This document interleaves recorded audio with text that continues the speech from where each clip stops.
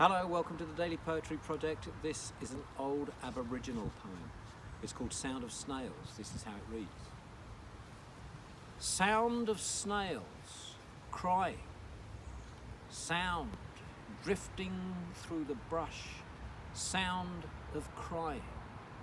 Slime of snails dragging themselves along the low-lying plain, crying.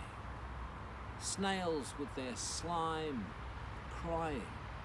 Sound drifting through the bush, tracking themselves along, crying.